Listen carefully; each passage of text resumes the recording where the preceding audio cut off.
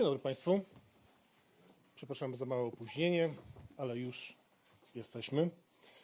Witam Państwa na konferencji prasowej po spotkaniu wicepremiera ministra spraw zagranicznych Radosława Sikorskiego i ministrą spraw zagranicznych Szwecji, panią Marią Malmer Stenergard.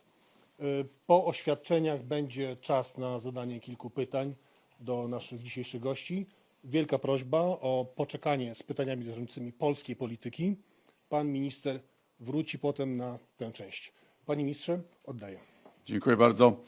Dzisiejsza wizyta pani minister spraw zagranicznych Szwecji, nasze rozmowy potwierdzają wzajemną otwartość na bliską, wręcz przyjacielską współpracę między Królestwem Szwecji a Polską i bardzo się cieszymy z planowanej wizyty królewskiej w Polsce w przyszłym roku.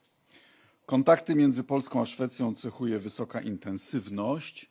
Dosłownie dzisiaj w Sztokholmie trwa ważne wydarzenie. Pierwszy polsko-szwedzki szczyt biznesowy z udziałem naszego ministra gospodarki i finansów Andrzeja Domańskiego. Jesteśmy sojusznikami strategicznymi. Niemal rok temu premierzy Donald Tusk i Ulf Kristersson podpisali w szwedzkim Harpsund odnowiony dokument o strategicznym partnerstwie. Pierwszy miałem przyjemność podpisać jeszcze z ministrem Carlem Bildtem w 2011 roku. Jesteśmy dla siebie bardzo ważnymi partnerami gospodarczymi. Nasze obroty rosną. W zeszłym roku 14,5 miliarda euro 700 szwedzkich firm zainwestowało w Polsce. Szczególne miejsce i szczególnie dobrze rozwija się współpraca przemysłów obronnych. Cieszy nas, że Szwecja dołączyła do państw Sojuszu Północnoatlantyckiego. Jest to dodatek do siły sojuszu, podnosi nasze zdolności obronne.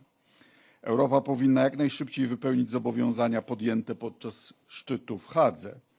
Polska i Szwecja dają przykład, konsekwentnie zwiększając wydatki na obronę. W przyszłym roku Polska planuje przeznaczyć 4,8% PKB na obronę, Szwecja 2,8%. Przywiązujemy dużą wagę do wdrażania unijnych inicjatyw, takich jak Rearm Europe 2030. Rozmawialiśmy też oczywiście na temat bezprecedensowych wyzwań na naszym wspólnym morzu.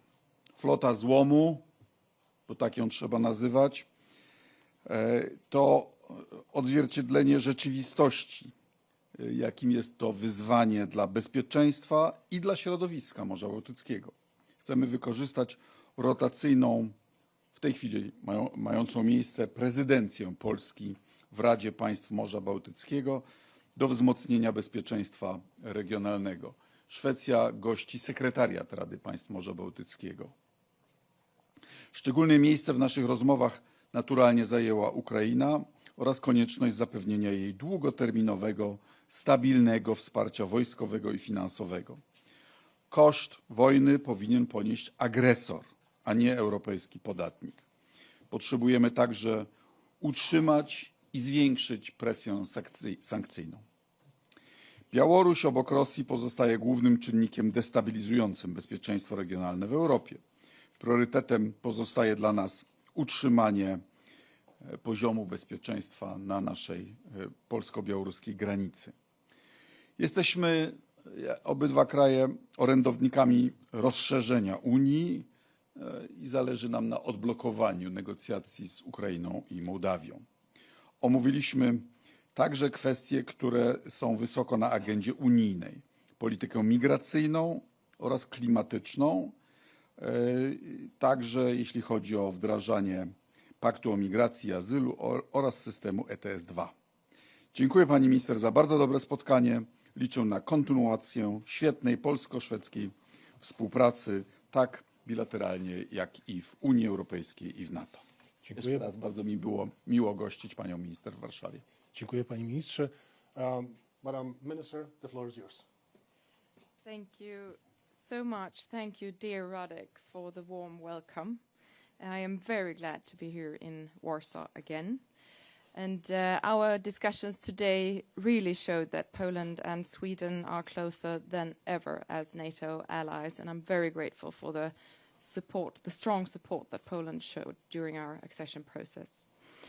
And it also showed that we need each other more than ever. There is no other country with which Sweden has deepened its security cooperation more than with Poland in the last few years. And as I told Radek in our discussions, we need Poland in the Baltic Sea. Poland's and Sweden's strategic partnership is a pillar of security in the Baltic Sea region. As neighbors, we can play a vital role if we combine our political, security and defense capabilities. We need to act as one in the Baltic Sea, combining our political, security and defense capability to defend European security. Sweden wants to enter into a far-reaching partnership of defense, security and industry with Poland. In our discussions, I brought up the Swedish submarine offer. This would be a game changer for the security in the Baltic Sea. We believe that the Swedish offer would firmly establish Poland as a major power in the region with a globally competitive defense industry. The Swedish offer also involves the UK as a big contributor, including state-of-the-art technology. We are very pleased that the British Prime Minister has expressed his support for the Swedish bid, and together Poland and Sweden, with the backing of the UK, would be a decisive force in the Baltic Sea. Today we also talked about the Polish chairmanship of the Council of the Baltic Sea States, as mentioned by you, Radek.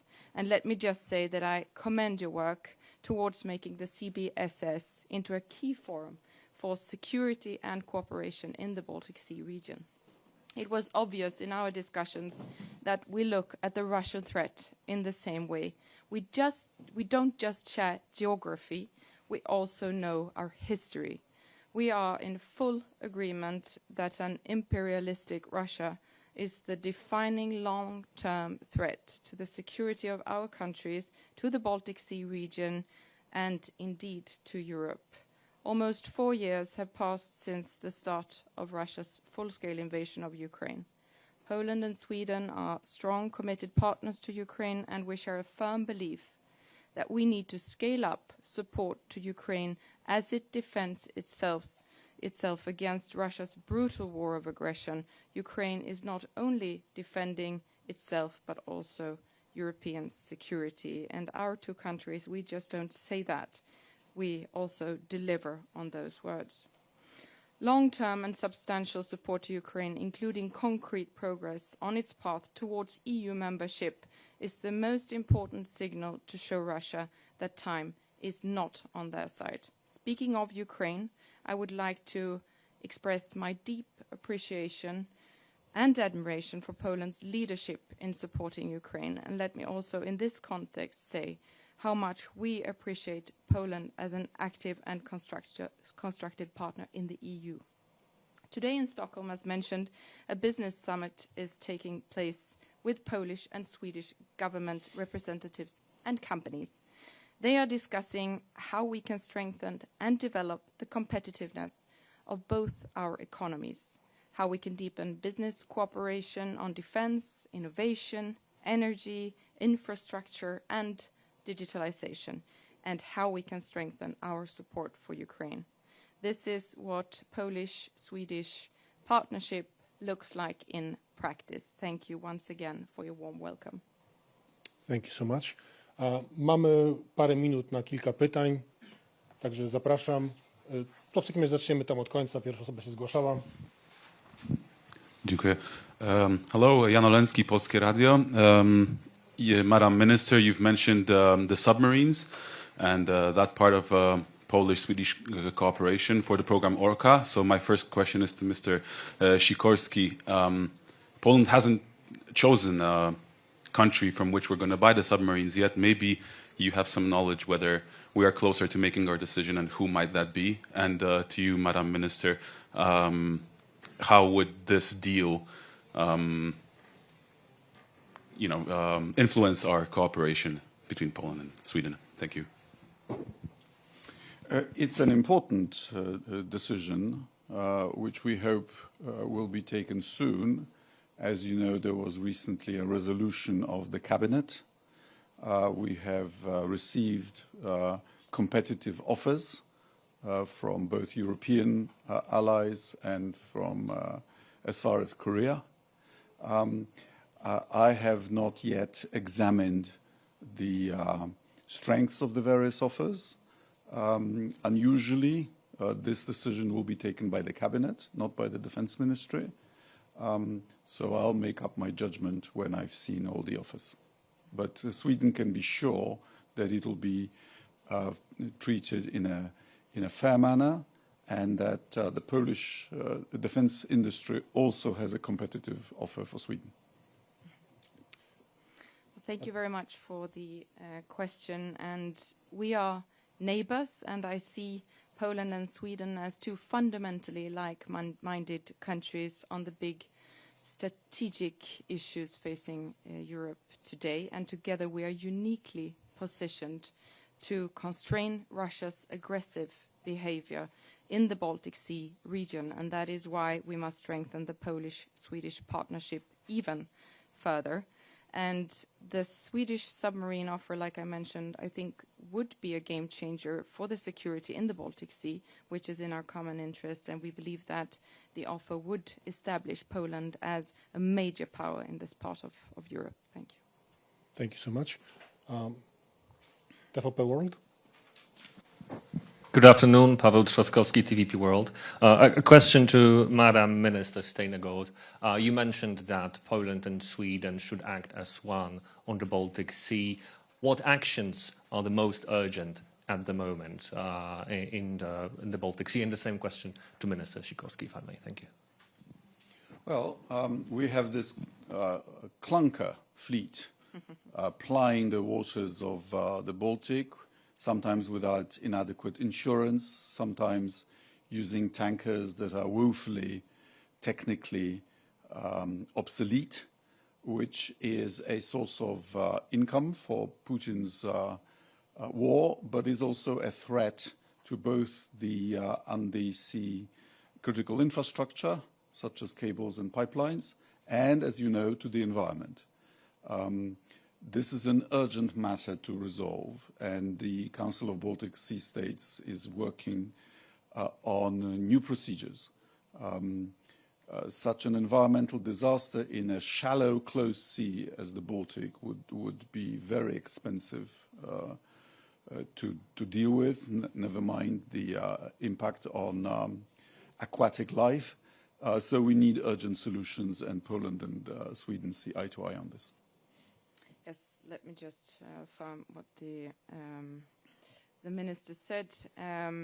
We are extremely worried about the threat from the shadow fleet, or the clunker fleet, as referred to, both environmentally but also security-wise, and because it is also so important for the Russian revenues and for the Russian war. And I think we can be even faster when it comes to intelligence sharing. This is something that we constantly discuss, cooperating seamlessly in the Baltic Sea region, also being able to respond quickly and with strength to Russian activity, whatever it might be, and to also be quite innovative in that. Thank you so much. Reuters, widziałem, że się zgłaszał. Barbara Ling, Reuters. A bit following up on the previous question, Madam Minister, could the military cooperation our two countries have evolve into a permanent stationary of Swedish troops in Poland, for example? For the first time since the 17th century. Well, I think that we have potential to deepen our cooperation even further. And of course, at every given moment, we have to evaluate how we do that best. And I see great potential in many areas. I think we are right now not discussing the deployment of Swedish troops in Poland, but we are contributing to the NATO air policing and also with the Gripen fighter jets also securing Polish airspace. Już chyba ostatnie pytanie. Jeszcze raz Polskie Radio. Przedostatnie pytanie. Inny się zgłasza? Przepraszam, to tak, żebyśmy nie powtarzali. Dzień dobry, dziękuję. Łukasz Sobolewski, Polsat News. Dzień dobry, panie premierze. Pytanie dotyczące reakcji słów ambasadora Niemiec w Polsce na wcześniejsze słowa Arkadiusza Mularczyka o raporcie o stratach wojennych. Ambasador Niemiec napisał na X-ie tak: szanowny panie pośle, myli się pan... Panie redaktorze, zostawmy pytania dotyczące polskiego rynku, tak to nazwijmy. Polsko-niemieckiego. Polsko-niemieckiego Na później. po konferencji, dobrze? Dziękuję. Odpowiemy na to, ale po spotkaniu. Polskie Radio, bardzo proszę. Yeah, I'd like to ask one more question. Poland has become a regular target of sabotage acts, mainly different hybrid warfare acts we are observing. Also today, there was one incident that happened. So I wanted to ask if you're observing the same kind of situation in Sweden, and if so, how are you combating it? Thank you. Well, thank you very much. And first of all, I want to be very clear that any sabotage is, of course, unacceptable. And we don't know the details of this recent sabotage, but we've seen similar incidents recently in different parts of Europe. I think that Sweden has not been as targeted as Poland, but we also see different forms of hybrid activities in Sweden, which are extremely worrying. And of course, Sweden stands in full solidarity with Poland on this issue. And of course, we also saw the recent drone intrusions that worried NATO and worried us, and we are willing to contribute in any way to our joint security. Thank you. Thank you. Dziękujemy. Thank you so much. Także ja z Państwem zostanę. The ministers, thank you so much.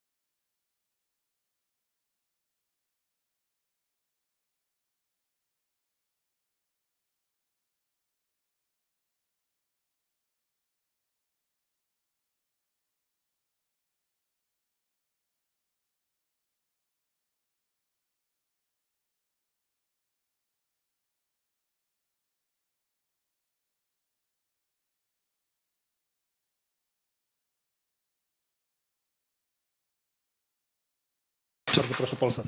Częściowo padło, tak. Dzień dobry raz jeszcze, panie premierze. Łukasz Sobolewski.